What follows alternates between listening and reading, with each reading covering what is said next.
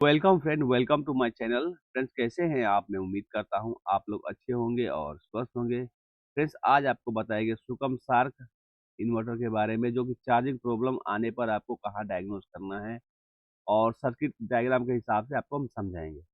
जैसा कि आप लोग देख सकते हैं, सर्किट डायग्राम है और ये जो कि कलर सर्किट डायग्राम है, तो इजीली आप इसे सीख सकते हैं। यूट्यूब पे मैं आपको दिखा रहा हूँ, कलर के हिसाब से आप लोग समझेंगे, क्योंकि कलर के हिसाब से समझना बहुत ईजी होता है और मैं डायग्राम के हिसाब से समझाता हूँ, जो कि आप लोग समझने में बहुत आसान होता है।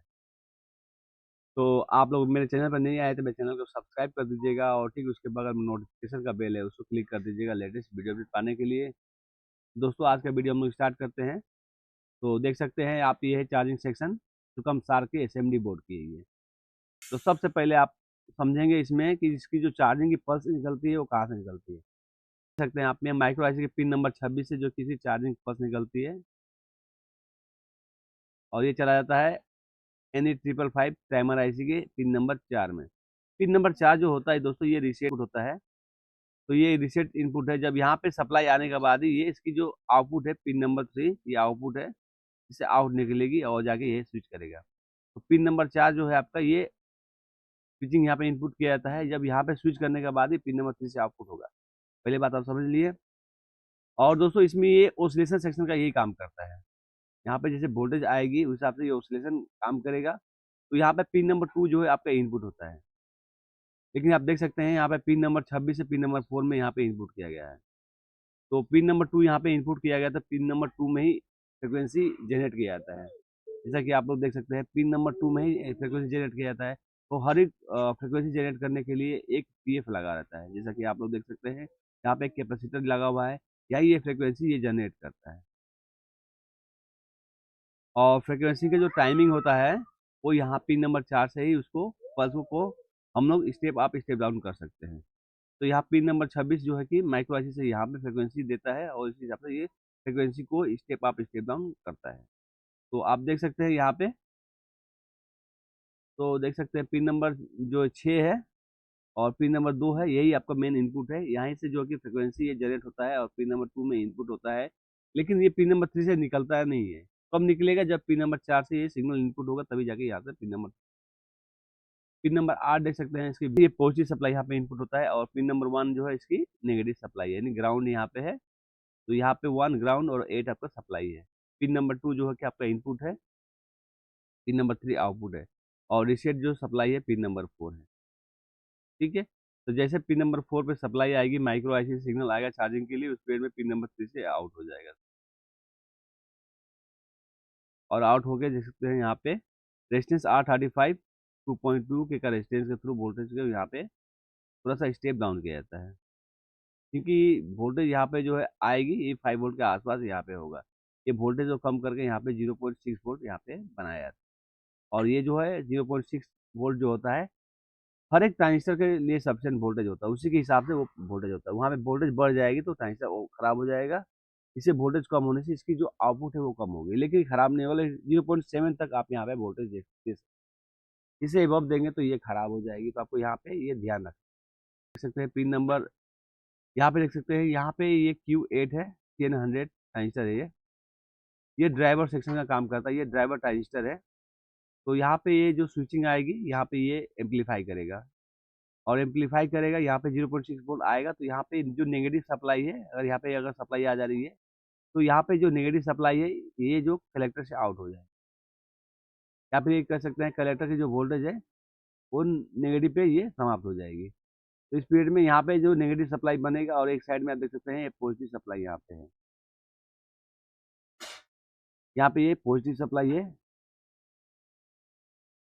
तो यहाँ पे ड्राइवर एक ट्रांसफार्मर लगा हुआ है, जैसा कि आप लोग देख सकते हैं। और इसमें दो आपका एक जीना डायोड है 18 वोल्ट का, यहाँ पे एक डायोड लगा हुआ है। जो डायोड का नंबर देख सकते हैं D6 है, M7 असेंबली ट्रांजिस्टर है, असेंबली डायोड है ये। और यहाँ पे एक जीरा डायोड लगा हुआ है 18 वोल्ट का। किसी में 15 वोल्ट भी लगा होता है, 18 वोल्ट भी लगा होता है। तो जो जीना डायोड दिया गया है, आप लोगों को मालूम है कोई भी ट्रांसफार्मर या रिले में जो इंडक्टर है, इसमें अगर आप स्विचिंग करेंगे तो वहाँ पे जब स्विचिंग बंद होगी तो यहाँ पे जो उल्टा यहाँ पे जो है बैक करंट आता है। उस पीरियड में ट्रांजिस्टर खराब होने के चांसेस ज़्यादा होता है, इसलिए यहाँ पे ट्रांजिस्टर लगाया गया जो बैक करंट आएगा वो यहाँ तक ही खत्म हो जाएगा, मतलब आगे नहीं जाएगा, क्योंकि आगे जाने पर ये ट्रांजिस्टर खराब हो जाएगी। इसके लिए डायोड लगाया जाता है। डायोड से जो एसी वोल्टेज जो वापस निकलते हैं, वो यहाँ पे ये कंज्यूम कर लेता है। यहाँ पे ये कंज्यूम कर लेगा और यहाँ पे जो एक करंट आएगा वो ट्रांजिस्टर पे नहीं पहुँचेगा और ट्रांजिस्टर बच जाएगी। इसके लिए यहाँ पे ये 2 डायोड लगाया जाता है। ध्यान समझिएगा, यहाँ पे ये जो लगाया हुआ है डायोड क्यों लगाया गया है कि बेक जो करंट इसमें से आएगी, कोई भी रिले हो गया मान लीजिए कोई मेटल है, कोई आयरन पे अगर मान लीजिए कोई वायर लेपटा गया है तो इंडक्टर में आता है, वो ट्रांसफार्मर में आता है।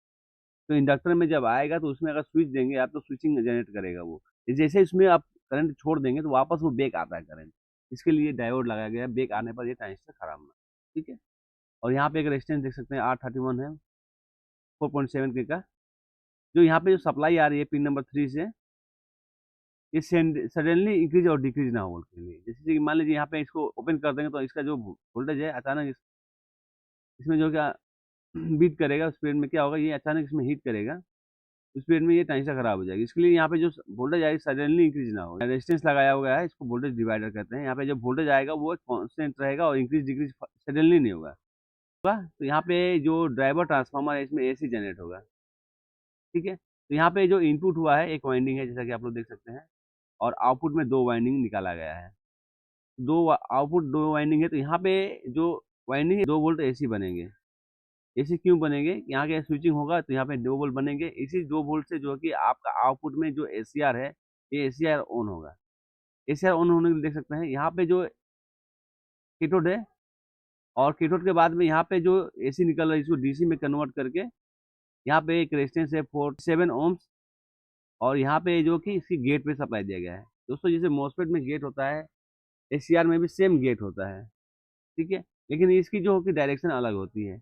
मॉसफेट में गेट इस साइड होता है और एसीआर में गेट इस साइड होता है। इसको ध्यान दीजिए, जब भी आप एसीआर चेक करेंगे तो इसके अपोजिट डायरेक्शन में आपको गेट देखने को मिलेगा। तो यहाँ पे देख सकते हैं, यहाँ पे स्विचिंग होता है, तो यहाँ पे स्विचिंग होने पर ये भी एसीआर है, ये ऑन हो जाएगी। सेम इसका प्रोसेस सेकेंड वाला जो कि एसीआर है, इसमें भी सेम प्रोसेस है, देख सकते हैं। इसमें भी आपकी एसी जो बोल्ट बनेगी वो भी यहाँ पे जाएगा, डायोड डीसी में कन्वर्ट होगा, और यहाँ पे देख सकते हैं 27 ओम्स के रेजिस्टेंस है, इसके थ्रू जो वोल्टेज को थोड़ा सा कम किया गया है, और यहाँ पे गेट पे सप्लाई दिया गया है एसीआर में। तो जब एसीआर में ये स्विचिंग करेगा तो उस पीरियड में देख सकते हैं आप, यहाँ पे एक चार्जिंग के लिए ट्रांसफार्मर लगाया है। उसकी जो पहला वाइंडिंग है वो न्यूट्रल है, बीच का जो है चार्जिंग के लिए है, और जो सबसे लास्ट में है ये आउटपुट के लिए है। तो ये आउटपुट के लिए यहाँ से 220 वोल्ट आपको मिल जाएंगे, ठीक है। और चार्जिंग के लिए वहाँ पे देख सकते हैं 140 वोल्ट है, तो ये 140 में ही ये स्विचिंग करके सप्लाई देता है। 220 वोल्ट जो आता है इसमें ये स्टेप डाउन स्टेप अप का कोई बात नहीं है, क्योंकि हम लोग सोचते हैं कि जो ये ट्रांसफार्मर 140 वोल्ट है, ये स्टेप डाउन करके जो कि ये बैटरी को देके ये बैटरी को चार्ज करता है, ठीक है। लेकिन दोस्तों ऐसा कोई बात नहीं है। ये जो जैसे हम लोग एसएमपीएस यूज करते हैं स्विचिंग खुद बना के, एसएमपीएस का मतलब होता है switching mode power supply. Switching mode power supply जो होता है खुद का फ्रिक्वेंसी बना के जो कि आउटपुट ये करता है।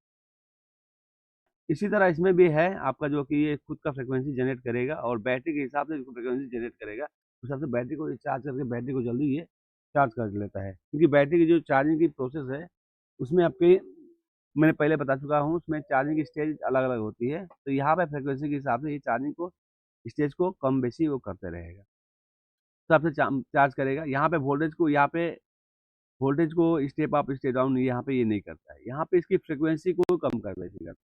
यहाँ पे जो चार्जिंग आती है फ्रिक्वेंसी 80 किलो हर्ट्ज के आसपास यहाँ पे फ्रिक्वेंसी आती है, ठीक है। तो ये फ्रिक्वेंसी को ही कम बेसी करके बैटरी को ये चार्ज करता है, ठीक है। तो यहाँ पे ये वोल्टेज स्टेप डाउन करके आप सोचेंगे फिर का रेगुलेटर लगा के वोल्टेज को कम करके बैटरी को चार्ज करें, लेकिन दोस्तों ये जो प्रोसेस है उस हिसाब से ये बैटरी को चार्ज नहीं करता। यहाँ पे जो चार्जिंग की प्रोसेस है वो अलग है।